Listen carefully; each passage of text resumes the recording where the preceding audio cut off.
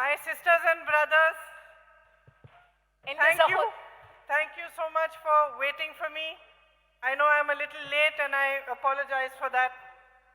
എൻ്റെ പ്രിയപ്പെട്ട സഹോദരി സഹോദരന്മാരെ, എനിക്ക് വേണ്ടി നിങ്ങൾ കാത്തിരുന്നതിൽ ഞാൻ നിങ്ങൾക്ക് നന്ദി പറയുന്നു. ഞാൻ കുറച്ച് സമയം താമസിച്ചു പോയി, അതിന് ഞാൻ ആദ്യമായി നിങ്ങളോട് ക്ഷമ ചോദിക്കുകയാണ്. Shri Beni Behanan, Shri T.N. Pratapan, our candidates, Shri T.J. Saish Kumar Joseph and Shri M.P. Jackson Ji, I welcome all of you to this meeting today. വേദിയിലിരിക്കുന്ന കോൺഗ്രസിന്റെയും UDF-ന്റെയും നേതാക്കളെ, പ്രിയപ്പെട്ട സ്ഥാനാർത്ഥികളെ, നിങ്ങളെ എല്ലാവരെയും ഈ യോഗത്തിലേക്ക് ഞാൻ സ്വാഗതം ചെയ്യുന്നു.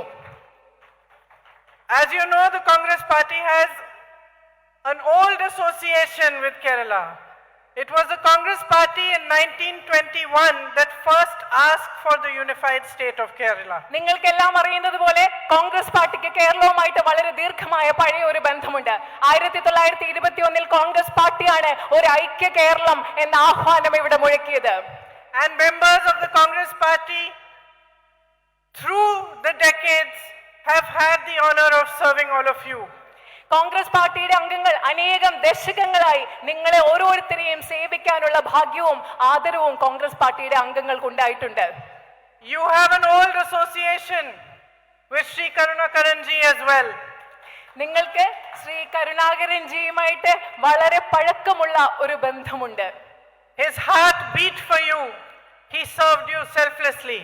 അദ്ദേഹത്തിന്റെ ഹൃദയം നിങ്ങൾക്ക് വേണ്ടി മിടിച്ചിരുന്നു. നിസ്വാർത്ഥമായി അദ്ദേഹം നിങ്ങളെ സേവിച്ചിരുന്നു. In this election, I am very happy and proud to say that the Congress is putting forward a team which consists of the wisdom and experience of our senior leaders, and with them, over 50% of our candidates are young, between the age of 25 and 45. എനിക്ക് ഈ വരുന്ന തെരഞ്ഞെടുപ്പിൽ, ഇപ്പോൾ നടക്കുന്ന തെരഞ്ഞെടുപ്പിൽ Congress party മുതിർന്ന നേതാക്കളുടെ അനുഭവ സമ്പത്തും പരിചയവും അതോടൊപ്പം തന്നെ ചെറുപ്പക്കാരുടെ ഊർജവുമുള്ള 50%-ലധികം സ്ഥാനാർത്ഥികൾ, 25-നും 40-നും ഇടയിൽ പ്രായമുള്ള ചെറുപ്പക്കാരെയും കൂടി ചേർത്തിട്ടുള്ള ഒരു സ്ഥാനാർത്ഥി നിരയാണ് കോൺഗ്രസ് പാർട്ടിയും UDF-ഉം നിങ്ങൾക്ക് സമ്മാനിച്ചിട്ടുള്ളത്. അതിലെനിക്ക് വളരെയധികം സന്തോഷമുണ്ട്. I left home early morning yesterday and I was traveling through different constituencies till about 10:30 at night. ഇന്നലെ രാവിലെ വളരെയധികം നേരത്തെ വീട്ടിൽ നിന്ന് ഇറങ്ങിയ ഞാൻ ഇന്നലെ മുഴുവൻ രാത്രി 10:30 വരെ കേരളത്തിലെ വിവിധ നിയോജക മണ്ഡലങ്ങളിലൂടെ സഞ്ചരിക്കുകയായിരുന്നു. I campaigned for a young girl who comes from a very modest family, who has struggled, fought a panchayat election and is now proudly fighting the assembly election. ഇന്നലെ ഞാൻ പ്രചരണം നടത്തുമ്പോൾ വളരെ ചെറുപ്പക്കാരിയ ഒരു പെൺകുട്ടിക്ക് വേണ്ടി പ്രചരണം നടത്തുകയുണ്ടായി. വളരെ സാധാരണമായ ജീവിത ചുറ്റുപാടുകളിൽ നിന്ന് വന്ന് വളരെയധികം കഷ്ടപ്പെട്ട് പഞ്ചായത്ത് തെരഞ്ഞെടുപ്പിൽ മത്സരിച്ച് ഇന്ന് അഭിമാനത്തോടുകൂടി അസംബ്ലി ഇലക്ഷൻ വേണ്ടി പൊരുതുന്ന ഒരു ചെറുപ്പക്കാരിയായ പെൺകുട്ടിക്ക് വേണ്ടി ഞാൻ ഇന്നലെ പ്രചരണം നടത്തുകയുണ്ടായി. I campaigned for a poet. ഞാനൊരു കവിത എഴുതുന്ന സ്ഥാനാർത്ഥിക്ക് വേണ്ടി ഇന്നലെ പ്രചരണം നടത്തുകയുണ്ടായി. Who feels the pain of the people of Kerala so much that he is able to write poetry about it. കേരളത്തിലെ ജനങ്ങൾ കടന്നു പോകുന്ന വിഷമം വളരെയധികം മനസ്സിലാക്കാൻ, അത് അനുഭവിക്കാൻ കഴിയുന്ന ആളാണ് ആ സ്ഥാനാർത്ഥി. അദ്ദേഹത്തിന് അവരെ പറ്റി എഴുതാനും അവർക്ക് വേണ്ടി പ്രവർത്തിക്കാനും സാധിക്കും.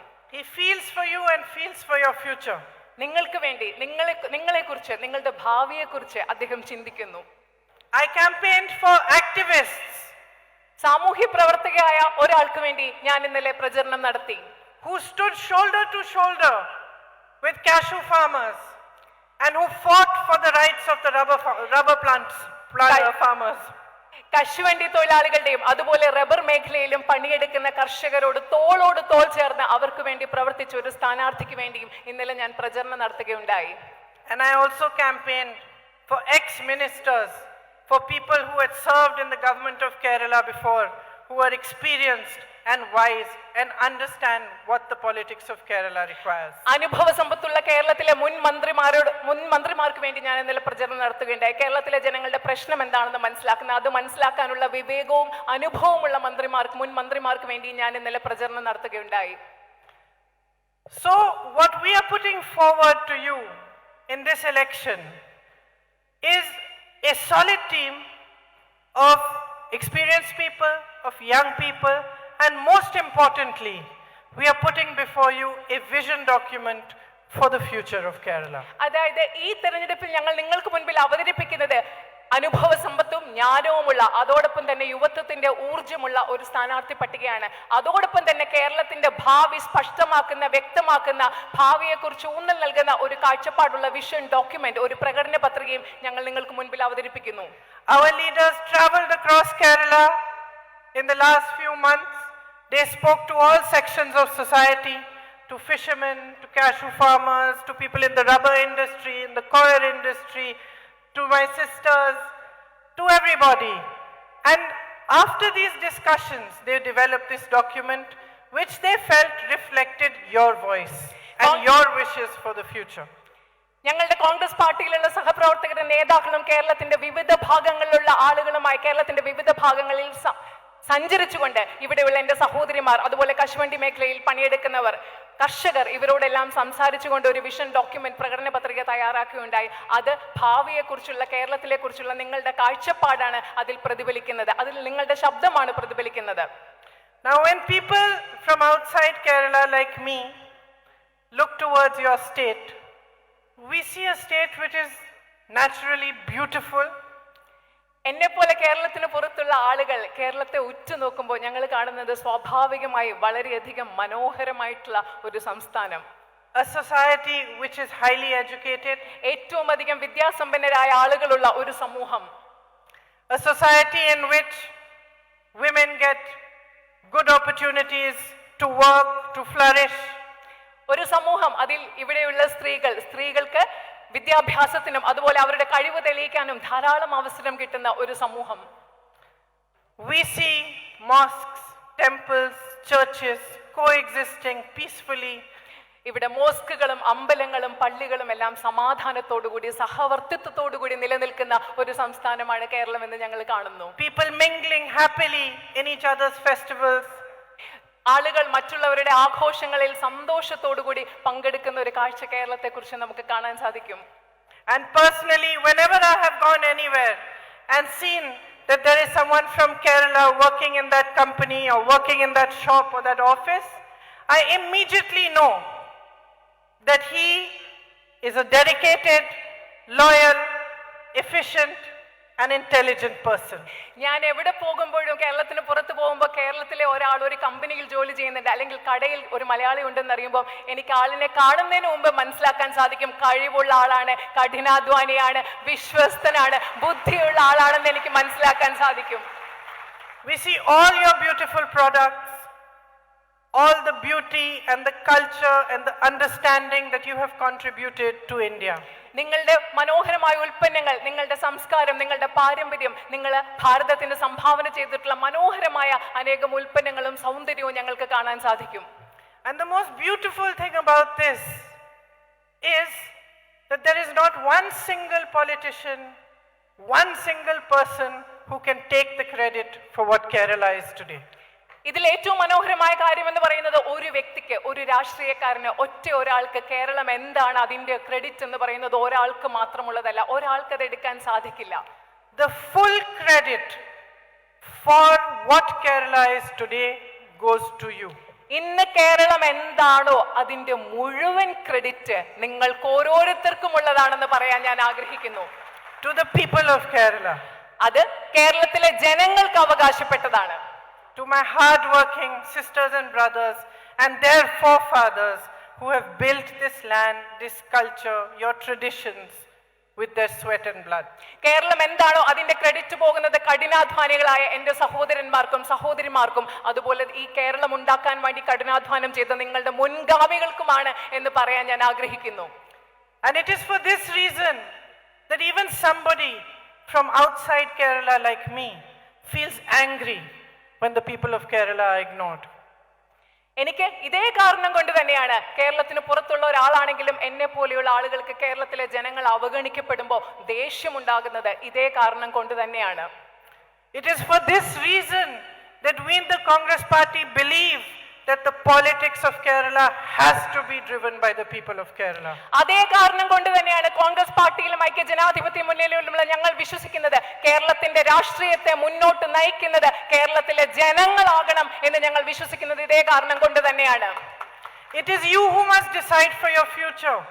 നിങ്ങളാണ് നിങ്ങളുടെ ഭാവി എന്താണെന്ന് തീരുമാനിക്കേണ്ടത്. It is you who have the power to make and change your future. നിങ്ങൾക്കാണ് നിങ്ങളുടെ ഭാവി നിർമ്മിക്കാനും ഭാവി മാറ്റാനുമുള്ള അധികാരവും ശക്തിയും ഉള്ളത് നിങ്ങൾക്കാണ്. And it is especially to my young friends sitting in front here that I want to say that understand this power, own this power. ഇവിടെ ഇരിക്കുന്ന എന്റെ ചെറുപ്പക്കാരായ സുഹൃത്തുക്കളോട് ഈ പെൺകുട്ടികളോട് പ്രത്യേകമായി ഞാൻ പറയാൻ ആഗ്രഹിക്കുന്നു, നിങ്ങൾ ഈ ശക്തി നിങ്ങൾ മനസ്സിലാക്കുക. Don't ever allow anyone to distract you from what are the real issues of your election. ഒരിക്കലും ഈ തെരഞ്ഞെടുപ്പിൽ നിങ്ങളുടെ പ്രധാന പ്രശ്നങ്ങൾ എന്താണ്, നിങ്ങളുടെ യഥാർത്ഥ പ്രശ്നങ്ങൾ എന്താണ്, അതിൽ നിന്ന് ശ്രദ്ധ തിരിച്ചുവിടാൻ ഒരിക്കലും നിങ്ങൾ ആരെയും അനുവദിക്കാതിരിക്കുക. Ask them, what is your plan? അവരോട് ചോദിക്കുക, നിങ്ങളുടെ പദ്ധതി എന്താണ്. If you are a woman, ask what are they doing for you. നിങ്ങൾ ഒരു സ്ത്രീ ആണെങ്കിൽ അവരോട് ചോദിക്കുക, ഞങ്ങൾക്ക് വേണ്ടി നിങ്ങൾ എന്താണ് ചെയ്യാൻ പോകുന്നത്. If you are a worker, ask what are they doing for you. നിങ്ങൾ ഒരു തൊഴിലാളിയാണെങ്കിൽ അവരോട് ചോദിക്കുക, ഞങ്ങൾക്ക് വേണ്ടി നിങ്ങൾ എന്താണ് ചെയ്യാൻ പോകുന്നത്. If you own a small business or a shop, ask what are you going to do to make me stronger. നിങ്ങൾക്ക് ഒരു ചെറിയ വ്യവസായം ഉണ്ടെങ്കിൽ, ഒരു ചെറിയ കടയുണ്ടെങ്കിൽ നിങ്ങൾ അവരോട് ചോദിക്കുക, ഞങ്ങൾക്ക് വേണ്ടി നിങ്ങൾ എന്താണ് ചെയ്യാൻ പോകുന്നത്. If you are a farmer, ask will you get the right price for your crop. Will they support you when there is trouble. നിങ്ങൾ ഒരു കർഷകനാണെങ്കിൽ അവരോട് ചോദിക്കുക, ഞങ്ങളുടെ വിളകൾക്ക് നിങ്ങൾ കൃത്യമായ വില തരുമോ, ഞങ്ങൾക്കൊരു പ്രശ്നമുണ്ടാകുമ്പോൾ നിങ്ങൾ ഞങ്ങളെ സംരക്ഷിക്കുമോ, ഞങ്ങൾക്കൊപ്പം നിൽക്കുമോ എന്ന് അവരോട് ചോദിക്കുക. This is your duty as a citizen of Kerala and a citizen of India.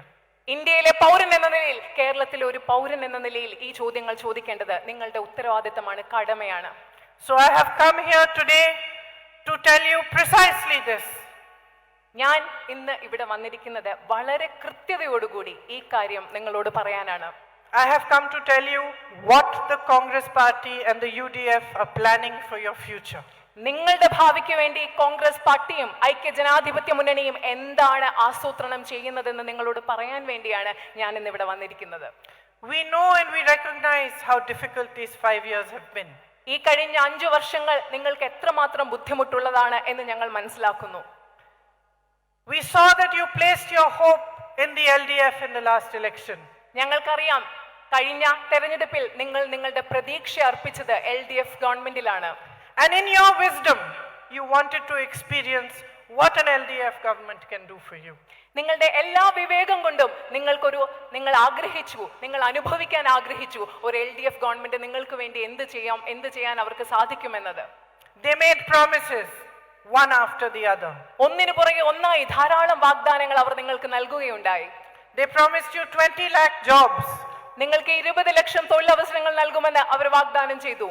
They didn't give you any. പക്ഷേ അവരൊന്നും നിങ്ങൾക്ക് നൽകിയില്ല. In fact, regrettably, as soon as they came into power, they filled up government posts with their own people.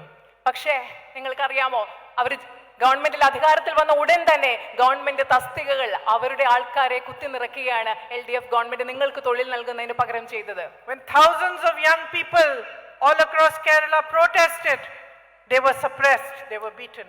കേരളത്തിൽ ആയിരക്കണക്കിന് യുവാക്കൾ ഇതിനെതിരെ പ്രതിഷേധിച്ചപ്പോൾ അവരെ അടിച്ചമർത്തുകയുണ്ടായി, അവരെ മർദ്ദിക്കുകയുണ്ടായി. They promised you support for the rubber industry. Rubber വ്യവസായത്തിന് പിന്തുണ നൽകും എന്ന് അവർ പ്രഖ്യാപിച്ചു, അവർ വാഗ്ദാനം നൽകും. Instead, they allowed unchecked imports of rubber. പക്ഷെ അതിനു പകരം അനിയന്ത്രിതമായ റബ്ബറിന്റെ ഇറക്കുമതിയാണ് അവർ അനുവദിച്ചു കൊടുത്തത്. And crippled the industry. ആ വ്യവസായത്തെ മുട്ടിൽ നടത്തുകയാണ് ചെയ്തത്, ബുദ്ധിമുട്ടിക്കുകയാണ് ചെയ്തത്.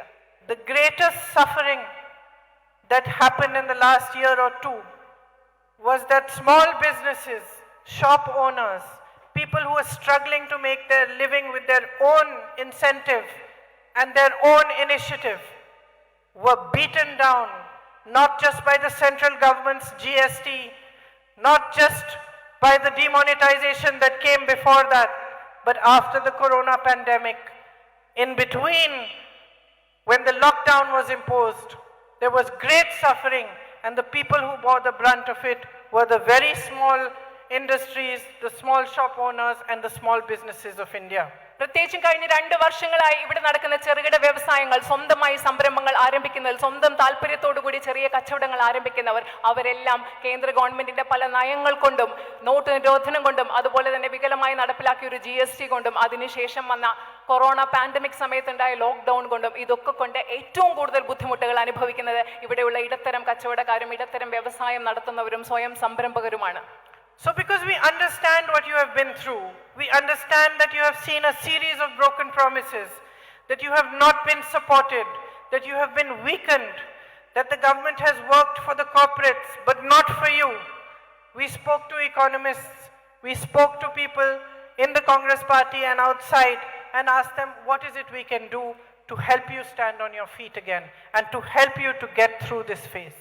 ഇതെല്ലാം മനസ്സിലാക്കിയതുകൊണ്ട് ഈ കഴിഞ്ഞ വർഷങ്ങളിൽ നിങ്ങൾ പാലിക്കപ്പെടാത്ത ഒരുപാട് വാഗ്ദാനങ്ങൾ കണ്ടതുകൊണ്ട്, നിങ്ങൾ ധാരാളം ബുദ്ധിമുട്ടുകളിലൂടെ സാമ്പത്തികമായും മറ്റും കടന്നുപോയതുകൊണ്ട്, ഈ അവസ്ഥകൾ മനസ്സിലാക്കിയതുകൊണ്ട് നിരവധി സാമ്പത്തിക വിദഗ്ധരോടും കോൺഗ്രസ് പാർട്ടിയിലെ പ്രധാനപ്പെട്ടവരോടും ഈ അവസ്ഥയിൽ നിന്ന് നിങ്ങളെ കരകയറാൻ സഹായിക്കാൻ ഞങ്ങൾക്ക് എന്താണ് ചെയ്യാൻ പറ്റുന്നത് എന്ന് ഞങ്ങൾ ചോദിച്ചു. So the answer actually was quite straightforward. വളരെ നേരിട്ടുള്ള ഒരു ഉത്തരമാണ് അതിന് ഞങ്ങൾക്ക് കിട്ടിയത്. What they said was that if you want to restart the economy, you want to re-energize it, the answer is to put money in the hands of people. ഞങ്ങൾക്ക് കിട്ടിയ ഉത്തരം വളരെ ലളിതമാണ്. ഇവിടുത്തെ സമ്പദ് വ്യവസ്ഥയെ വീണ്ടും ചലിപ്പിക്കണമെങ്കിൽ, അതിന് വീണ്ടും ഊർജം പകരണമെങ്കിൽ നിങ്ങൾ ചെയ്യേണ്ടത് ഇവിടുത്തെ ജനങ്ങളുടെ കയ്യിൽ പണം നൽകുക, ധനം നൽകുക എന്നതാണ് നിങ്ങൾ ചെയ്യേണ്ടതെന്ന ഉത്തരമാണ് ഞങ്ങൾക്ക് കിട്ടിയത്. Once you put money in the hands of people, they use that money, they spend it, they regenerate spending, and small shops, small businesses benefit, and in turn they also regenerate. അതായത് നിങ്ങളുടെ കയ്യിൽ പൈസ ഉണ്ടാകുമ്പോൾ നിങ്ങൾ ആ പൈസ ചെലവാക്കാൻ ആഗ്രഹിക്കും. നിങ്ങൾ ചെലവാക്കുമ്പോൾ ഇവിടെ സാധനങ്ങൾ ഉൽപ്പാദിപ്പിക്കാൻ ആരംഭിക്കും. ചെറിയ കച്ചവടക്കാർക്ക് ലാഭമുണ്ടാകും, അവരും ചെലവാക്കാൻ തുടങ്ങും. അങ്ങനെ വരുമ്പോൾ വീണ്ടും പുനരുൽപാദനത്തിലൂടെ സമ്പദ് വ്യവസ്ഥയ്ക്ക് ഒരു പുതുജീവൻ കൈവരും. സമ്പദ് വ്യവസ്ഥ കൂടുതൽ സജീവമായി തുടങ്ങും. This does two things. It recognizes your strength and your power. It supports you to stand up, and it also strengthens the economy. ഇത് 2 കാര്യങ്ങൾ ചെയ്യുന്നുണ്ട്. ആദ്യമായിട്ട് ഇത് നിങ്ങളുടെ ശക്തി തിരിച്ചറിയുന്നു, നിങ്ങളെ എഴുന്നേറ്റ് നിൽക്കാൻ, സ്വന്തം കാലിൽ നിൽക്കാൻ, അതിജീവിക്കാൻ പ്രാപ്തരാകുന്നു. രണ്ടാമതായി ഇത് സമ്പദ് വ്യവസ്ഥയെ പുനരുജ്ജീവിപ്പിക്കാനും വീണ്ടും ചലിപ്പിക്കാനും സഹായിക്കുകയും ചെയ്യുന്നു. So the first thing that the Congress party and the UDF government will do will implement the Nyaya Yojana. അതിന്റെ പേരിൽ ഇത് പറഞ്ഞതിന് ശേഷം കോൺഗ്രസ് പാർട്ടിയും UDFും ആദ്യം ചെയ്യാൻ പോകുന്ന കാര്യം എന്ന് പറയുന്നത് ന്യായ് പദ്ധതി കേരളത്തിൽ നടപ്പിലാക്കുക എന്നുള്ളതായിരിക്കും. The Nyaya Yojana basically puts 6,000 rupees directly into the account of all poor families every month. ന്യായ പദ്ധതി എന്ന് പറയുമ്പോൾ കേരളത്തിലെ ദരിദ്രരായ എല്ലാ കുടുംബങ്ങളുടെയും അക്കൗണ്ടിലേക്ക് ഓരോ മാസവും 6,000 രൂപ നിക്ഷേപിക്കുക എന്നതാണ് ഈ പദ്ധതി UDF ഗവൺമെന്റ് നിങ്ങൾക്ക് വാഗ്ദാനം നൽകുന്നു. For housewives who do not fall under that scheme but are between the age of 40 and 60, 2,000 rupees will be put directly into your accounts every month. ന്യായ പദ്ധതിയുടെ പരിധിയിൽ വരാത്ത വീട്ടമ്മമാർക്ക്, 40 വയസ്സിനും 60നും ഇടയിൽ പ്രായമുള്ള വീട്ടമ്മമാർക്ക് ഓരോ മാസവും നിങ്ങളുടെ അക്കൗണ്ടിലേക്ക് UDF അധികാരത്തിൽ വന്നാൽ 2,000 രൂപ നിക്ഷേപിക്കും എന്ന വാഗ്ദാനവും ഞങ്ങൾ നൽകുന്നു. You are looking very happy. നിങ്ങൾക്ക് വളരെ സന്തോഷമുള്ളതുപോലെ തോന്നുന്നു. But you should be happy because it is the first time that a party or a government is recognizing what the housewife does.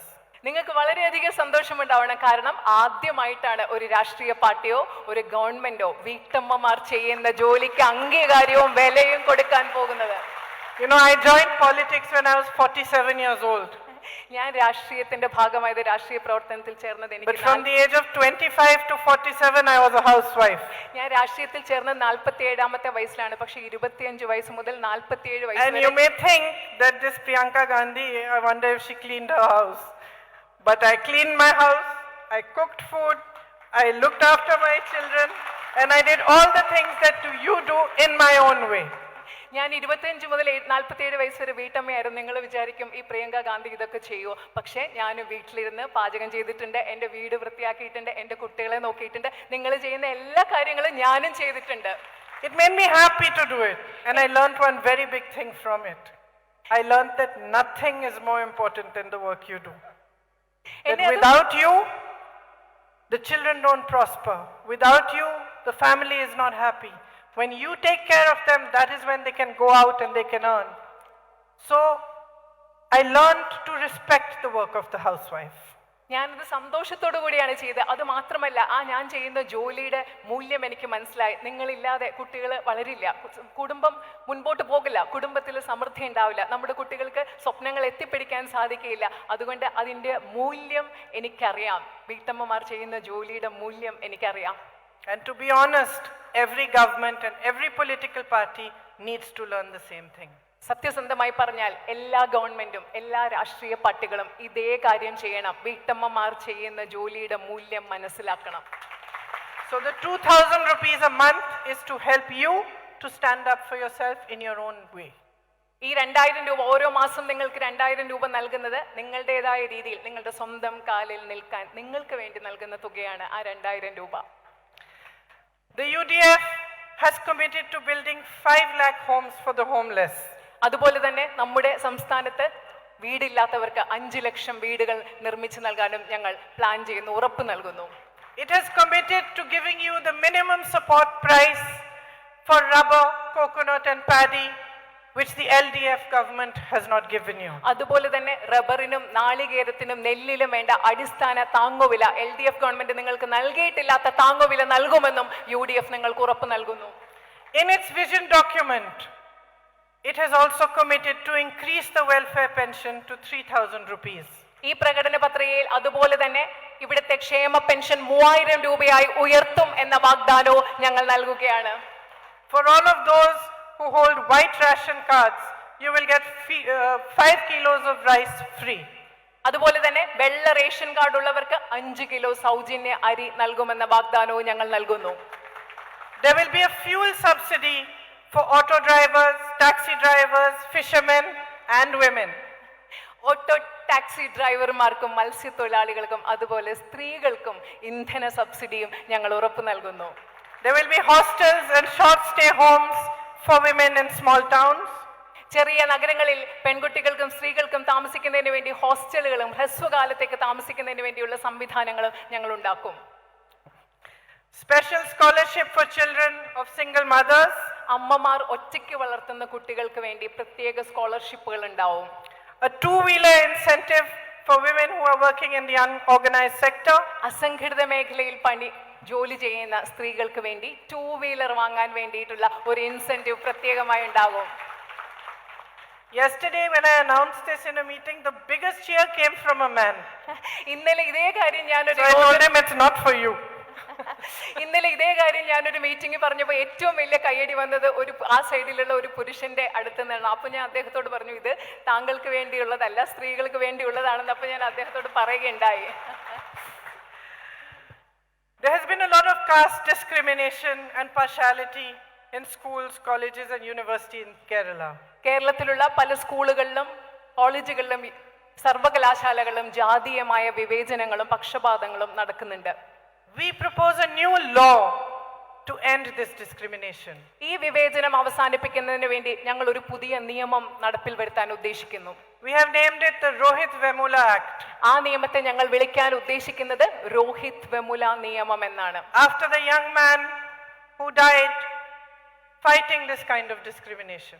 ഇങ്ങനെയുള്ള വിവേചനത്തിന്റെ പേരിൽ സ്വന്തം ജീവൻ കൊടുക്കേണ്ടി വന്ന ഒരു ചെറുപ്പക്കാരൻ മരിച്ചു, രോഹിത് വെമുല. ആ പേരിലാണ് ഞങ്ങൾ ഈ നിയമം കൊണ്ടുവരുന്നത്.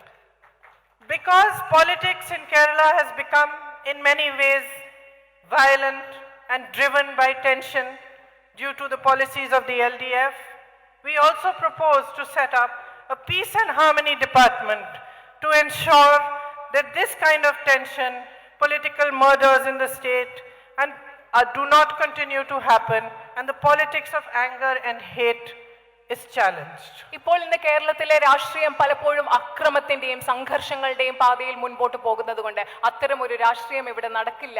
അതിന് തടയിടുന്നതിന് വേണ്ടി പീസ് ആൻഡ് ഹാർമണി ഡിപ്പാർട്ട്മെന്റ്, സമാധാനത്തിന്റെയും ഒത്തൊരുമയുടെയും അതിനുവേണ്ടി ഒരു പ്രത്യേക വകുപ്പ് തന്നെ ഞങ്ങൾ സ്ഥാപിക്കും എന്ന് നിങ്ങൾക്ക് ഉറപ്പ് നൽകുന്നു. This is the beautiful land of Sri Narayan Guru. ഇത് ശ്രീനാരായണ ഗുരുവിനെ പോലെയുള്ള മഹാന്മാരുടെ മനോഹരമായ ഭൂമിയാണ്. Centuries ago, he preached what we all talk about today. ഇന്ന് നമ്മൾ എന്തിനെ പറ്റിയാണോ സംസാരിക്കുന്നത് അതിനെപ്പറ്റി നൂറ്റാണ്ടുകൾക്ക് മുമ്പ് അദ്ദേഹം സംസാരിച്ചു. He talked about equality, അദ്ദേഹം സമത്വത്തെക്കുറിച്ച് സംസാരിച്ചു, about brotherhood, സാഹോദര്യത്തെക്കുറിച്ച് സംസാരിച്ചു, about peace and harmony. സമാധാനത്തെക്കുറിച്ചും ഒത്തൊരുമയെക്കുറിച്ചും ഐക്യത്തെക്കുറിച്ച് സംസാരിച്ചു. All those things that make a society strong. ഈ കാര്യങ്ങളെല്ലാമാണ് ഒരു സമൂഹത്തെ ശക്തമാക്കുന്നത്. അതിനെക്കുറിച്ചെല്ലാം അദ്ദേഹം സംസാരിച്ചു. Those things that make states and countries able to prosper. ഈ കാര്യങ്ങളാണ് സംസ്ഥാനങ്ങളെയും രാജ്യങ്ങളെയും സമൃദ്ധിയിലേക്ക് മുൻപോട്ട് പോകാൻ സമൃദ്ധമാക്കാൻ സഹായിക്കുന്നതും കഴിവുള്ളതാക്കുന്നതും. So I stand before you today to ask you only one thing. അതുകൊണ്ട് ഞാൻ ഇന്ന് നിങ്ങളുടെ മുൻപിൽ നിൽക്കുന്നത് നിങ്ങളോട് ഒരേ ഒരു കാര്യം ചോദിക്കാനാണ്. To use the weapon that democracy has given you with wisdom. നിങ്ങൾക്ക് ജനാധിപത്യം നൽകിയിട്ടുള്ള ആയുധത്തെ വിവേകത്തോടുകൂടി ഉപയോഗിക്കുക എന്ന ഒറ്റ കാര്യം ചോദിക്കാനാണ് ഞാൻ നിങ്ങളുടെ മുൻപിൽ നിൽക്കുന്നത്. You have seen many of us come on stage before you and make big speeches and make promises. ഞങ്ങളെ പോലെയുള്ള ധാരാളം ആളുകളെ ഇങ്ങനെ സ്റ്റേജിൽ വന്നു നിന്ന് വലിയ വലിയ പ്രസംഗങ്ങളും വലിയ വാഗ്ദാനങ്ങളും ഒക്കെ നടത്തുന്നത് നിങ്ങൾ കണ്ടിട്ടുണ്ട്. I am sure you recognize the ones who are telling the truth, who really care about you, and the ones who don't. എനിക്ക് ഉറപ്പുണ്ട് നിങ്ങളോട് സത്യം പറയുന്നത് ആരാണെന്നും നിങ്ങളോട് കരുതലുള്ളത് ആരാണെന്നും നിങ്ങൾക്ക് മനസ്സിലാക്കാൻ സാധിക്കും, തിരിച്ചറിയാൻ സാധിക്കും എന്ന് എനിക്ക് ഉറപ്പുണ്ട്. The biggest and easiest difference to make between them is who is talking about your issues. ഏറ്റവും പ്രധാനപ്പെട്ട കാര്യം എന്ന് പറയുന്നത് ആരാണ് നിങ്ങളുടെ പ്രശ്നങ്ങളെ പറ്റി സംസാരിക്കുന്നുണ്ട് എന്നുള്ളതാണ്. Who is talking about your development? നിങ്ങളുടെ വികസനത്തെ പറ്റി ആരാണ് സംസാരിക്കുന്നത് എന്നുള്ളതാണ്. Who is talking about what takes your state forward? നിങ്ങളുടെ സംസ്ഥാനത്തെ മുൻപോട്ട് കൊണ്ടുപോകുന്നതിനെ പറ്റി ആരാണ് സംസാരിക്കുന്നു എന്നുള്ളതാണ്. And who is trying to distract you by talking about things that divide you? നിങ്ങളെ വിഭജിക്കുന്ന കാര്യങ്ങളെ പറ്റി സംസാരിച്ച് ഈ യഥാർത്ഥ പ്രശ്നങ്ങളിൽ നിന്ന് നിങ്ങളുടെ ശ്രദ്ധ തിരിച്ചുവിടുന്നത് ആരാണ് എന്ന് മനസ്സിലാക്കേണ്ടതും പ്രധാനമാണ്. By making you angry with one another. നിങ്ങൾ പരസ്പരം ദേഷ്യമുള്ളവരാക്കി തീർക്കുന്നതിലൂടെ. By creating divisions on the lines of caste, religion. ജാതിയുടെ മതത്തിന്റെയും പേരിൽ നിങ്ങളെ വിഭജിപ്പിച്ചുകൊണ്ട് നിങ്ങളുടെ ഇടയിൽ വിഭജനം ഉണ്ടാക്കുന്നത് ആരാണ്? It's very clear that when that is being done, when people stand on this stage and talk about dividing you, they are not interested in your progress, and they are doing so because they have no ideas for your future. നിങ്ങളുടെ മുൻപിൽ നിന്നുകൊണ്ട് വേദിയിൽ നിന്നുകൊണ്ട് ജാതിയെ പറ്റിയും മതത്തെ പറ്റിയും സംസാരിച്ച് നിങ്ങളെ വിഭജിക്കാൻ ശ്രമിക്കുമ്പോൾ അത് നിങ്ങൾ മനസ്സിലാക്കേണ്ടത് എന്നാണ്, അവർക്ക് നിങ്ങളുടെ ഭാവിയെക്കുറിച്ച് സംസാരിക്കാൻ ഒരാശയങ്ങളുമില്ല. നിങ്ങളുടെ സമൃദ്ധിയെക്കുറിച്ചും നിങ്ങളുടെ ഭാവിയെക്കുറിച്ചും സംസാരിക്കാൻ ഒന്നുമില്ലാത്തത് കൊണ്ടാണ് അവർ നിങ്ങളെ വിഭജിക്കുന്ന ജാതിയെയും മതത്തെയും കുറിച്ച് സംസാരിക്കുന്നത്. So I ask only this, that you vote in a government that works for you, that is dedicated to serve you, that understands that the duty of every member of its party, every member of its government is to make Kerala prosper and to put power back in the hands of the people of Kerala. അതുകൊണ്ട് ഞാൻ നിങ്ങളോട് പറയുന്ന ഒരു കാര്യമാണ്, നിങ്ങൾ vote ചെയ്യുമ്പോൾ നിങ്ങൾ ആര് നിങ്ങൾക്ക് വേണ്ടി പണിയെടുക്കുന്നു, നിങ്ങൾക്ക് വേണ്ടി പ്രവർത്തിക്കാൻ, നിങ്ങളുടെ ഭാവിക്ക് വേണ്ടി പ്രവർത്തിക്കാൻ ആർക്കാണോ നിങ്ങളോട് പ്രതിബദ്ധതയുള്ളത്, നിങ്ങൾ കേരളത്തിന്റെ ഭാവിക്ക് വേണ്ടിയും വികസനത്തിനും സമൃദ്ധിക്ക് വേണ്ടിയും ആര് പ്രവർത്തിക്കുന്നു, നിങ്ങളുടെ ശക്തി നിങ്ങളിലേക്ക് ആര് തിരിച്ചറിയുന്നു, അങ്ങനെ ഒരു ഗവൺമെന്റിനെ തെരഞ്ഞെടുക്കാൻ നിങ്ങൾ വോട്ട് ചെയ്യണം എന്ന ഒരേ ഒരു കാര്യമാണ് എനിക്ക് നിങ്ങളോട് അഭ്യർത്ഥിക്കാനുള്ളത്. I would like to call forward the candidates Sri T.J. Saish Kumar Joseph and Sri M.P. Jackson. You have both youth and experience here, fighting for you and dedicating themselves to making a stronger, better future for you. So I hope that you will vote for them, you will bring the UDF into power, so that all these things that we have spoken about today can be done and the promises can be fulfilled and you can have a brighter future.